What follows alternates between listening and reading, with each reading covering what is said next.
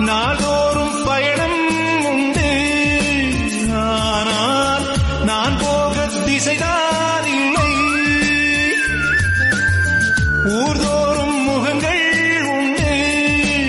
அங்கே நான் தேடும் வீடான் இல்லை.